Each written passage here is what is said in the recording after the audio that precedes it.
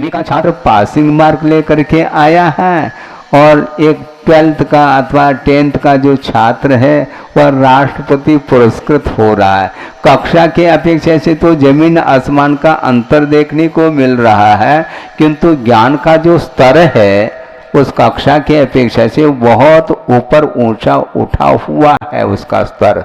उसी प्रकार यहाँ पर एक प्रमाद बाहुल्यता को लेकर के यदि चर्या करता है तो उसके माध्यम से उसको क्यों प्रमाद बाहुल्य, क्यों उसमें कठिनाई है। प्रमाद को छोड़ना खेल नहीं है और प्रमाद का अर्थ मात्र निद्रा को नहीं लेना, क्योंकि चलन में व्यवहार में निद्रा को ही प्रमाद मान करके चल रहे हैं, जबकि इससे भी भयानक स्थिति है। स्नेह, इंद्रियों का व्यापार, क्योंकि स्वयं आचार्य स्वयं आगे कहने वाले ही हैं विशेषु लोलदा, ऐसा आने वाला है। तो चर्या, प्रमाद बहुल चर्या और कालुष्य परिणाम, कालुष्यता का अर्थ कल बता करके आए हैं। चित्त की विकलता का नाम वह कालुष्य परिणाम माना जाता, उसके माध्यम से भी अशुभ कर्म का ही आश्रय होता है। और विषयेषु लोलदायो, पंचेंद्र के विषयों में जो आसक्ति, लंपटता जिसको बोलते हैं, वह भी पापाश्रम के लिए कारण है।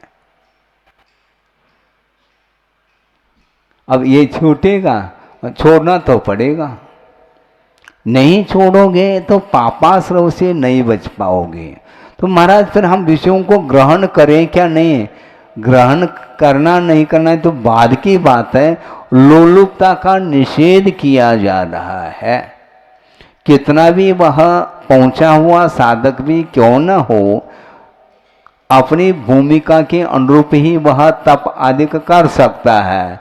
तो ऐसी स्थिति में वह जो मास तक उपवास करने वाले अधिक साधक होते हैं तो उन्हीं की बात हो गई। ऐसा नहीं है, आप प्रतिदिन भी मान लो क्षमता नहीं होने के कारण आहार ले सकते हैं, किंतु आगम के अनुरूप लेने के लिए कहा है। आगम से हट करके यदि मान लो आपकी चर्या रहेगी तो विषयों में लोलुपता आएगी, उसके माध्यम से पाप कर्म का आश्रय होता है। सामने थाली है, उसके उपरांत भी थोड़ा हिसाब से, बेहिसाब नहीं, और उसमें भी क्वालिटी मेंटेनेंस करने का भाव नहीं होना चाहिए। ये जो चयन है, ये चयन ही साधक के लिए घातक सिद्ध होता है, क्योंकि शरीर के लिए जो आरोग्य वर्धक जो पदार्थ हैं उनका सेवन करने का निषेध नहीं है, किंतु मान लो लेना भी है तो उसके लिए स्वास्थ्य वर्धक ले लो, किंतु स्वास्थ्य के लिए वह हानिकारक नहीं है, किंतु वह मन के लिए वह रुचि नहीं रहा है तो वह हानिकारक माना जाता है।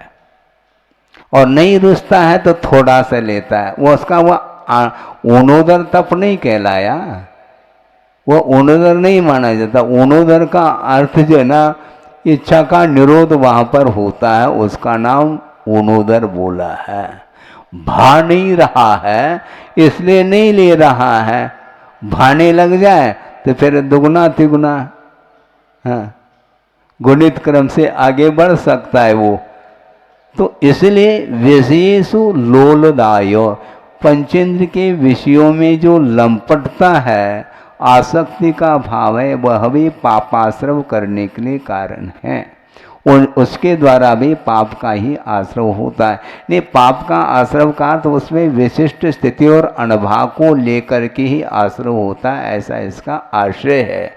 और पर परिताप और अपवाद, दूसरों को संताप उत्पन्न हो इस प्रकार का भाव करना, इसके माध्यम से पाप का आश्रय। शांत बैठा है मान लो कोई भी साधना करने वाला और उसके लिए छोड़ दिया, ये तो बहुत भगवान बन करके बैठ गए, अब देखो, मतलब तुम्हें नहीं बनना है क्या भगवान? स्वयं को करना नहीं, और जो कर रहा है उसके लिए जो है ना इस प्रकार कमेंट्स करना, ये ठीक नहीं माना जाता। ये होता है क्यों? ये ईर्ष्या के कारण ऐसा होता है। बल्कि होना ये चाहिए कि जो उत्कृष्ट साधना करने वाला जो साधक है उसके चरणों में अपने आप को समर्पित करना चाहिए। इस प्रकार की साधना मेरे जीवन में कब घटित होगा, इस प्रकार का भाव करना चाहिए। इसके माध्यम से पुण्य का आश्रय होगा, और कमेंट्स करेंगे तो निश्चित रूप से पाप का ही आश्रय होगा। क्योंकि दूसरे को दुखी बनाने का जो भाव है वह वस्तुतः रौद्र ध्यान माना जाता है महाराज। हाँ, हमारा तो गुणस्थान तो अब तो क्योंकि हम निर्ग्रंथ बन ही गए हैं, लेकिन निर्ग्रंथ तो सभी हैं, पुलाक भी हैं, बकुश भी है, कुशिल भी है, निर्ग्रंथ है, स्नातक, सभी निर्ग्रंथ है, सभी दिगंबर हैं। किंतु उसमें भी दूसरे को दुखी बनाने का भाव जिसके अंदर आता है तो वह धर्म ध्यान नहीं माना जाता, बल्कि आर्थ ध्यान भी नहीं है, वो रौद्र ध्यान की कोटि में आता है। इष्ट कोई वस्तु है, उसका समागम नहीं हो रहा है, इसलिए उसके समागम के प्रति कुछ भाव का होना यह आर्थ ध्यान माना जाता है। किंतु रौद्र ध्यान की तुलना में यह बहुत सौम्य है। ये समर्थन नहीं कर रहे हैं इसका, किंतु रौद्र ध्यान के सामने इसकी सौम्यता है। किंतु रौद्र ध्यान जो होता है वो भयानक होता है। वह हिंसा, झूठ, चोरी, वासना और परिग्रह, इसमें वह आनंद मानने वाला रौद्र ध्यानी माना जाता है। इसलिए रौद्र ध्यान करने वाला विशेष रूप से पाप का आश्रय करता है। इसलिए दूसरे को संताप उत्पन्न हो इस प्रकार का भाव यदि करता है तो पाप का आश्रय करना इष्ट हो तो कर लो, नहीं है तो उससे ऊपर उठने का प्रयास करो। और अपवाद फैलाना दूसरे का, जो दूसरे के चरित्र में मान लो किसी कारणवशात कोई दोष आदि लगे हैं तो उसको फैलाना नहीं चाहिए। अपवाद को यदि आप फैलाएंगे तो उसके माध्यम से उपगुण अंग नहीं पलेगा और स्थितिकरण अंग भी नहीं पलेगा। फेल कौन नहीं होता? फेल तो सभी हो सकते हैं, किंतु फेल होने के उपरांत भी उसको उठाने का पुरुषार्थ करना। लेकिन समस्या ये है, हम जिस किसी को उठा नहीं सकते हैं, हम अपने फैलाएंगे, किंतु उठाने का हम प्रयास करते हुए भी वह उठना नहीं चाहता है, तो हम कहाँ से उठाएंगे? जेक लगा दो, ऐसा थोड़ी जेक लगाया जा सकता है। उपगुण कर रहे हैं किंतु स्थितिकरण का हम भाव रखते हैं, वो सामने वाला कहता है तुम कौन होते हो? हाँ, मैं गलती हो गई, क्षमा कर देना, हम नहीं उठाएंगे आपको, क्योंकि आपको भगवान भी नहीं उठा पाएगा, ये ध्यान रखना। जब वो नहीं उठा पाएंगे तो हम कहाँ हो उठा सकते हैं तुम्हें? और इस प्रकार आगम में आज्ञा है ही नहीं, क्योंकि जो चाहता है उसको उठाया जाता है। धर्म वात्सल्य ऐसा कहा, धर्म के प्रति वात्सल्य भाव रख करके प्राज्ञ जो विद्वान होते हैं, चारित्र संपन्न होते हैं, उनके द्वारा ही स्थितिकरण होता है। और बहुत होशियारी के साथ वह स्थितिकरण करते हैं वो साधक, क्योंकि जो चाहता है तो उसका स्थितिकरण। डॉक्टर है इसका अर्थ ये थोड़ी कि हर पेशेंट को हम पकड़ पकड़ करके ऑपरेशन करने लग जाए, गलत बात है। वो ऑपरेशन करने के लिए समर्पित होने के उपरांत भी हम साइन और चाहते हैं, तब हम करेंगे, नहीं तो फिर हमारे माथे पर आ जाएगा वो। ऐसा माथा थोड़ी हमारा, ये तो गर्म हो जाएगा हमारा माथा। ऐसा नहीं, जिस किसी का स्थितिकरण आदि करना हो, क्योंकि स्थितिकरण वह स्वयं मेरा हो, मेरे अंदर जो दोष उत्पन्न हुए हैं अथवा मेरे द्वारा जो अज्ञान दशा में अपराध बन पड़ा है, उस अपराध को वह स्वीकार कर रहा है और उससे ऊपर उठने के लिए वह विधिवत प्रायश्चित आदि लेना चाहता है, गुरु के सामने खड़ा होकर के, यथाजात होकर के।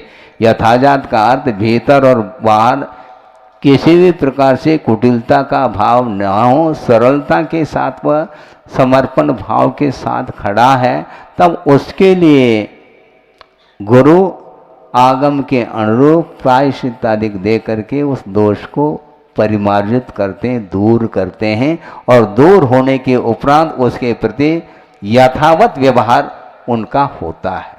ऐसा नहीं कि उसके प्रति शत्रुता का वो भाव रखते हैं, संभव ही नहीं है। तो इसलिए कभी भी दूसरे का अपवाद नहीं करना, क्योंकि दूसरे का अपवाद करने वाला और दूसरे की निंदा, क्रिटिसाइज आदि करने वाला व्यक्ति कभी भी पुण्य का अर्जन कर नहीं सकता। उसके जीवन में, उसके भाग्य में पुण्य है ही नहीं, क्योंकि पुण्य का अर्जन करने वाला का जो भाव है, उसकी आत्मा अपने आप में पवित्रता का अनुभव करती है, क्योंकि आत्मगत उस भाव का नाम पुण्य कहा है आचार्यों ने, जिन परिणामों के माध्यम से पवित्रता आती है जीवन में, उसको पुण्य कहा है। तो ये परिणाम बहुत दुर्लभ हैं ये, हैं, और ये परिणाम मिथ्यात्व गुणस्थान में भी हो सकते हैं यथा योग्य, हाँ, तभी तो वो आगे बढ़ेगा। किंतु जिसकी गाड़ी रिवर्स हो रही है, उसके परिणाम क्षतिग्रस्त हो रहे हैं, हाँ। इसलिए दूसरे का कभी भी अपवाद भूल करके भी नहीं करना चाहिए, क्योंकि स्वयं का अपवाद फिर अनंत काल के लिए होता चला जाएगा। और इस प्रकार के परिणाम जो होते हैं, वे ही परिणाम पावस्य आसवम कुणुदि, पापाश्रव के लिए वह, आश्रव के लिए वह कारण बन जाता है। ठीक है। निप्रमाद चित चमत्कार परिणते है प्रतिबंधिनी, प्रमाद बहुलाचर्या परिणति चारित्र परिणति।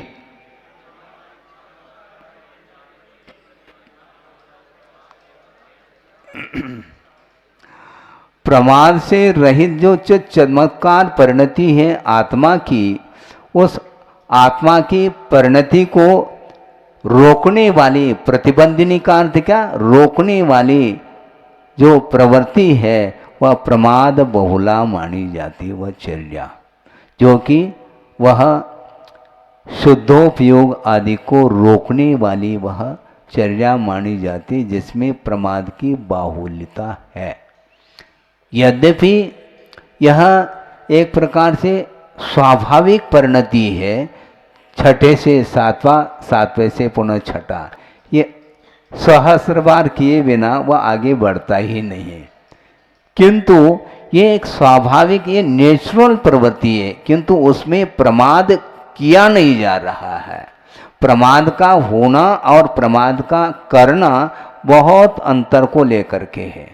समझने के लिए प्रसंग आ ही गया तो उसको भी आपके सामने हम रख देते हैं कि प्रमाद के कितने भेद हैं, 15 भेद हैं। ये तो सभी को ज्ञात है, किंतु मूल में 2 प्रकार का प्रमाद है, एक बाहरी प्रमाद बहिप्रमाद और एक आभ्यंतर प्रमाद।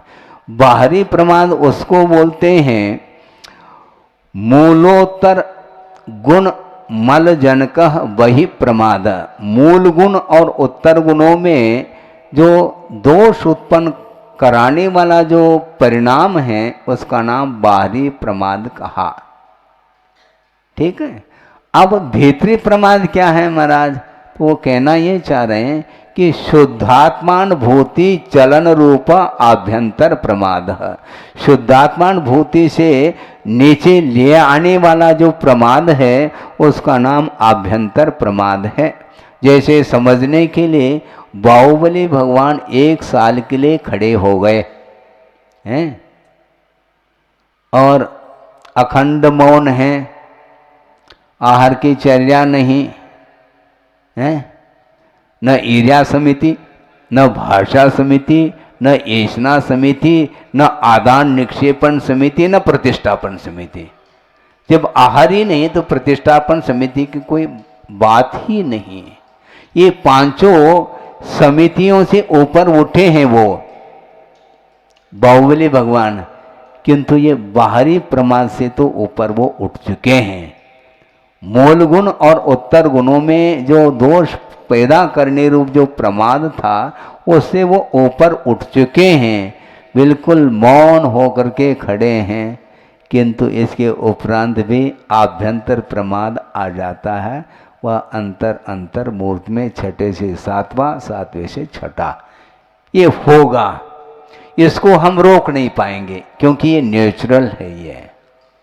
ये प्रमाद वो कर नहीं रहे हैं, प्रमाद ये हो रहा है।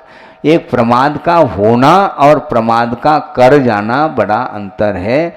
इसलिए गुरुदेव बार बार कहते हैं प्रमाद मत करो। महाराज इससे कैसे बचेंगे? छठा सातवां तो होगा, वो होना अलग है। बुद्धि पूर्वक प्रमाद नहीं करना चाहिए। कषाय का अभाव नहीं कर सकते हैं, और कषाय का उदय होना भी प्रमाद है, क्योंकि 15 प्रमादों में 4 कषाय को भी लिया है। तो 4 कषाय का उदय आगे भी गुणस्थानों में है, 8वें 9वें 10वें गुणस्थान तक इसका उदय बताया। तो वहां पर प्रमाद कर रहे हैं क्या? वो नहीं, प्रमाद नहीं है वो, किंतु वह कषाय का उदय हुआ है। उसके माध्यम से अवधि पूर्वक आश्रव होगा, उसके लिए वह कारण माना गया है। क्योंकि वहां तक सांप्रायिक आश्रव होता है, यानी विशिष्ट स्थिति और अनुभव को लेकर के जो आश्रव होता है उसका नाम सांप्रायिक आश्रव। किंतु वहां पर सांप्रायिक आश्रव होते हुए भी जगन्य स्थितिबंध के लिए और जगन्य अनुभाग बंद के लिए वह कारण है। शेषानाम अंतर मुहूर्ता है, और अपराध द्वादश मुहूर्ता वेदनीय नाम गोत्रियो अष्टौ। ये 2-3 सूत्र हैं जो कि जगन स्थिति बंध को लिए हुए हैं। तो गोत्र कर्म का आश्रव, उच्च गोत्र का आश्रव वहां तक हो रहा है, यश कीर्ति आदि का आश्रव भी हो रहा है, और जो ज्ञानावर्णीय, दर्शनावर्णीय और अंतराय इनका भी आश्रव हो रहा है। किंतु अंतर मुहूर्तवर्ती वह स्थिति पड़ती है, इससे ज़्यादा नहीं पड़ सकती। ये भी जो पड़ रही है वह भी कषाय के उदय के कारण ही पड़ रही है, और पूर्णतः कषाय का जब अनुदय हो जाएगा उस समय ईर्यापत आश्रव होता है। इसलिए वहाँ पर यह सांप्रायिक आश्रव होते हुए भी वो हो रहा है, कर नहीं रहे वो। इसलिए आभ्यंतर प्रमाद से ऊपर उठने के लिए बहुत मेहनत की आवश्यकता है। किंतु आचार्य कहते हैं पहले जो बाहरी प्रमाद है उससे ऊपर उठो। 28 मूल गुण में और उत्तर गुण में यदि मान लो दोष उत्पन्न करने वाला जो प्रमाद है वह प्रमाद किया जा रहा है, हो नहीं रहा वो, हाँ, और ये किया जा रहा, और यदि मान लो प्रमाद करने की प्रवृत्ति बढ़ती जाएगी तो गुणस्थान नीचे आ सकता है। ऐसा थोड़ी कि हम ऊपर गए, उठ गए तो ताला लग गया है, गुणस्थान नीचे नहीं उतरेंगे हम, ऐसा नहीं है वो। क्योंकि भावों की परिणति है। भावों में गिरावट यदि मान लो अत्यधिक मात्रा में होने लग जाए तो निश्चित रूप से गुणस्थान का पतन अनिवार्य सिद्ध होता है। तो इसलिए ये चमत्कार रूप जो परिणति है उसको रोकने वाली जो परिणति है, चर्या है, वह प्रमाद बाहुल्य चर्या मानी जाती है। उसके माध्यम से पाप का आश्रव होता है। हम ये कहना चाहते हैं धर्म ध्यान को पकड़ना बहुत कठिन है। अभी आर ध्यान और रुद्र ध्यान से आपका कोई परिचय नहीं है, तो धर्म ध्यान का क्या परिचय है आपके लिए, हमें ये पूछना चाहते हैं। सुनो, कह तो रहे ना, वस्तुतः भूमिका के अनुरूप उसके कार्य हो रहे हैं और उसमें वह आनंद का अनुभव कर रहा है। सुनो, तक कहना चाहते हैं अन्यथा न लें, किंतु आगम के अनुरूप ही मैं कहूँगा। एक पंचम, अभी तो अविरति की बात नहीं करना चाहता, वो बाद में करेंगे क्योंकि वह अविरति असंयमी है। अब हम ये यहाँ ये इस विषय को रखना चाहते हैं। एक पंचम गुणस्थानवर्ती श्रावक है, ठीक है, वो 2 प्रतिमाधारी है, ठीक है, किंतु शादीशुदा है, हाँ ठीक है, ये भी है। अब वो विषयों में जो आनंद आ रहा है वह धर्म ध्यान है क्या रौद्र ध्यान है, कौन सा ध्यान है आपको बताना है। हाँ, ये प्रश्न पेपर आपके लिए रखा गया है। हाँ, अभी ये आनंद वो आनंद ये इस प्रकार कह रहे हैं, अभी तो वो तो छोड़ो, अविरति की भूमिका है, उसमें हम बाद में जाएंगे। अभी जो पंचम गुणस्थानवर्ती जो श्रावक है, जिसके 12 व्रत हैं, 2 प्रतिमा ली है, और वह पति और पत्नी इन दोनों का संबंध है, आजीवन ब्रह्मचर्य व्रत नहीं है। सुनिए आप, अब उसमें हम पूछना चाहते हैं, स्वदार संतोष ये व्रत है, मैं मान रहा हूँ, किंतु अपने स्त्री में वह संतोष का अनुभव कर रहा है, इसका अर्थ वह चाह रहा है। अन्य स्त्रियों के प्रति उसका कोई भी राग भाव नहीं है, बिल्कुल ठीक है, किंतु जिसके साथ संबंध रखा है उसमें उसको आनंद आ रहा है क्या नहीं, ये प्रश्न है, ज्वलंत प्रश्न है। अभी बोलो नहीं। अब ये आनंद यदि आ रहा है तो आनंद की क्वालिटी में अंतर आ सकता है, मैं मान लूँगा, उसको भी मानने के लिए हम तैयार है, क्योंकि आगम ही स्वीकार कर रहा है, किंतु उसमें बिल्कुल आनंद नहीं है तो संबंध किया क्यों, ये प्रश्न है, इसका उत्तर कौन देने वाला है। सुनो, हम ये कहना चाहते हैं, आप उसने संकल्प ले लिया है ना, संकल्प क्यों लिया, उसमें जब वह जानता है कि विषयों में जो आनंद आता है उसका नाम रौद्र ध्यान, स्वयं ही टीकाकार आगे कहने वाले हैं। जब विषयों में का अर्थ हिंसा, झूठ, चोरी, वासना और परिग्रह, इसमें आनंद यदि आ रहा है तो उसका नाम रौद्र ध्यान घोषित कर रहे हैं आचार्य, हम नहीं करना चाहते। उसमें यदि आनंद नहीं आ रहा है तो संबंध किया क्यों, बिना मतलब, निष्प्रयोजन संबंध, बिना इच्छा के संबंध किया क्या, अनिच्छा पूर्वक किया क्या, इसका अर्थ इच्छा है, तो इच्छा है तो उसमें आनंद है, परसेंटेज अलग वस्तु, सात्विक जीवन जी रहा है, मैं मानता हूँ, उसका आदर्श जीवन हो सकता है, मैं मान रहा हूँ, किंतु उसमें वह उसको छोड़ने के लिए वह तैयार क्यों नहीं, इसका अर्थ है वह मोह उसको बाध्य कर रहा है, इसी का नाम रौद्र ध्यान है। हाँ बिल्कुल, आपने ये अच्छा दिख रहा है, वो दिख रहा, आपने जो कहा उसको हम बाद में कर, पहले इसको बताओ, इसका उत्तर लिखो पहला, फिर अविरति की बात हम बाद में करते हैं। हाँ, ऊपर से नीचे आएंगे हम, नीचे से ऊपर नहीं। हाँ कहलाए कि या तो अभाव कर दो, फिर रौद्र ध्यान की सीमा पंचम गुणस्थान तक कहा है। हाँ, विषयों में यदि आनंद नहीं है तो क्यों वह प्रवेश कर रहा है राग में। हाँ? पक्की बात है।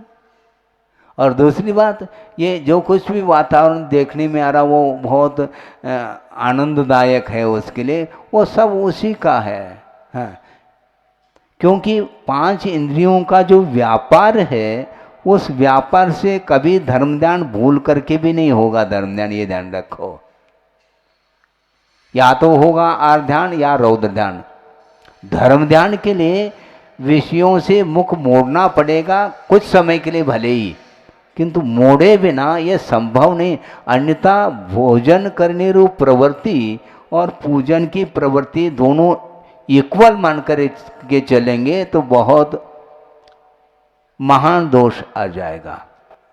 हाँ, दूसरी बात एक और है, 25 क्रियाएं आप जानते हैं ना? हाँ, दर्शन क्रिया किसको बोलते हैं? राग पूर्वक किसी वस्तु का अवलोकन करना, राग अर्थात विषयानुराग के साथ, उसका नाम दर्शन क्रिया कहा। जिन बिंब का दर्शन करना ये दर्शन क्रिया नहीं, सम्यक्त वर्धनी क्रिया है ये। किंतु विषय संबंधी जो पदार्थ पंचेंद्रिय की जो विषय हैं उनको राग के साथ उसका अवलोकन करने का भाव यह दर्शन क्रिया के अंतर्गत आता है। इसी प्रकार राग भाव के साथ किसी वस्तु के प्रति स्पर्श करने का जो भाव है वह स्पर्शन क्रिया है, उसके माध्यम से भी सांप्रदायिक आश्रय, क्योंकि विषय हैं वहां पर। और विशेषु लोलदा, विषयों में जो आसक्ति है निश्चित रूप से वह करेगा, पक्की बात है। आरंभ आदि परिग्रह आदि के क्षेत्र में कभी भी वह व्रति साधक प्रफुल्लित नहीं होगा, क्योंकि उसको छोड़ रखा है उसने, उसको लेकर के वह आह्लादित होगा क्या? संभव नहीं। जैसे मान लो किसी फसल को देख लिया, फसल ले रही, मान लो 20-25 एकड़ का वो प्लाट है, क्या गजब की फसल है ये, हो गया है? नहीं, वस्तुतः ये होता क्या नहीं? यदि होता है तो उस समय वो कौन सी क्रिया है? ध्यान देते हैं अपन, मतलब 25 क्रियाएं याद तो बहुत दूर की बात है, लेकिन ये रूटीन में है।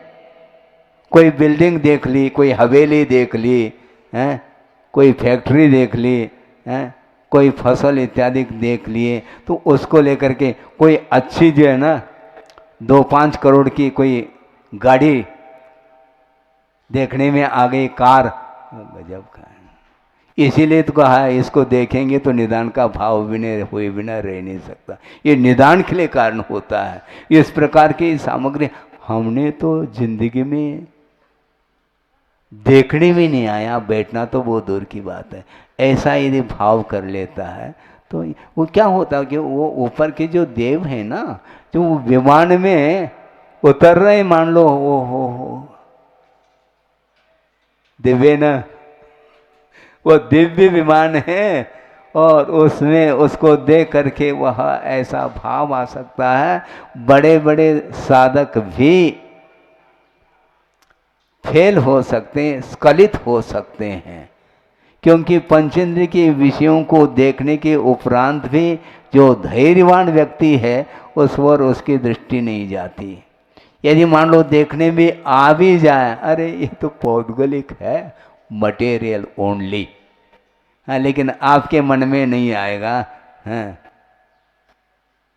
और मान लो लॉटरी में वो मिल रही है, मान लो हाँ बहुत बहुत अच्छा हुआ, हम यही तो चाहते थे, आज माला माल हो गए हम।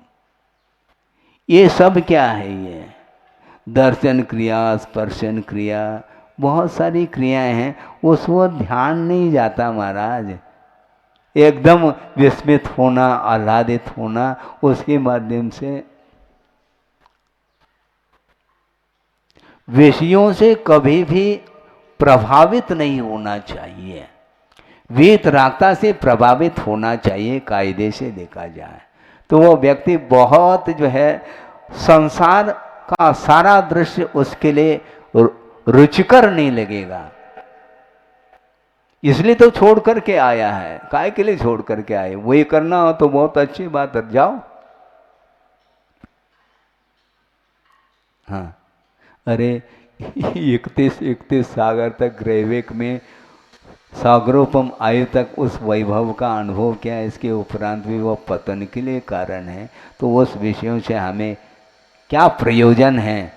इस प्रकार वह भाव लाता है, तब कहीं जाकर के पुण्य का आश्रय होता है।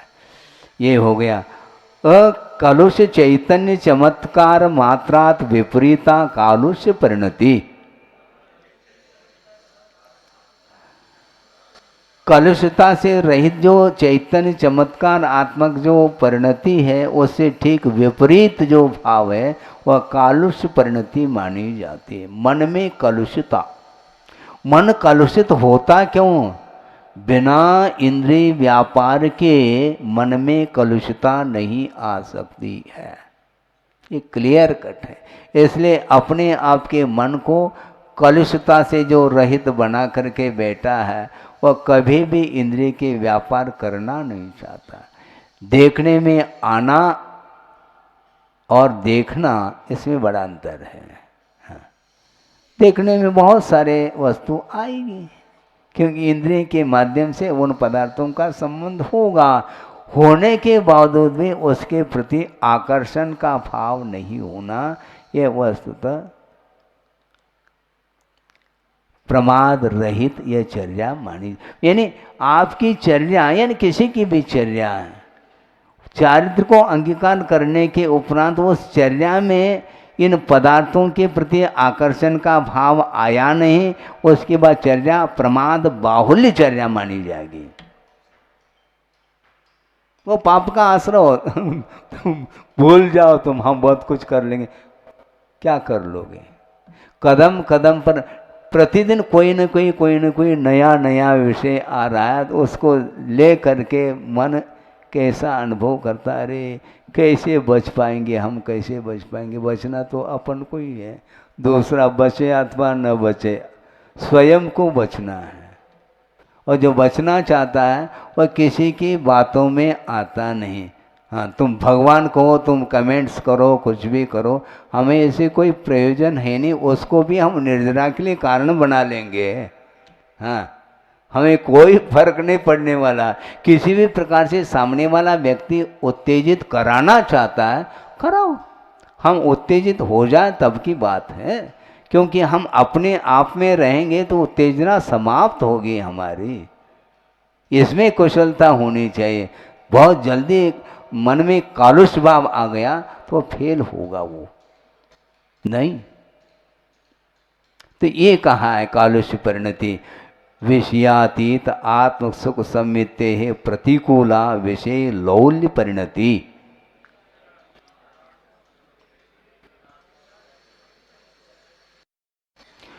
विषयातीत जो आत्मसुख है उसकी सम्मिति संवेदना उससे ठीक प्रतिकूल यानी विपरीत जो है वह विषयों में लौलुपता, लौल्य परिणति। लोभ कषाय का उदय होना अलग वस्तु और विषयों में लोलुपता होना अलग वस्तु है। करिए, अपनी भूमिका के अनुरूप करना है, सबको पेपर लिखना है।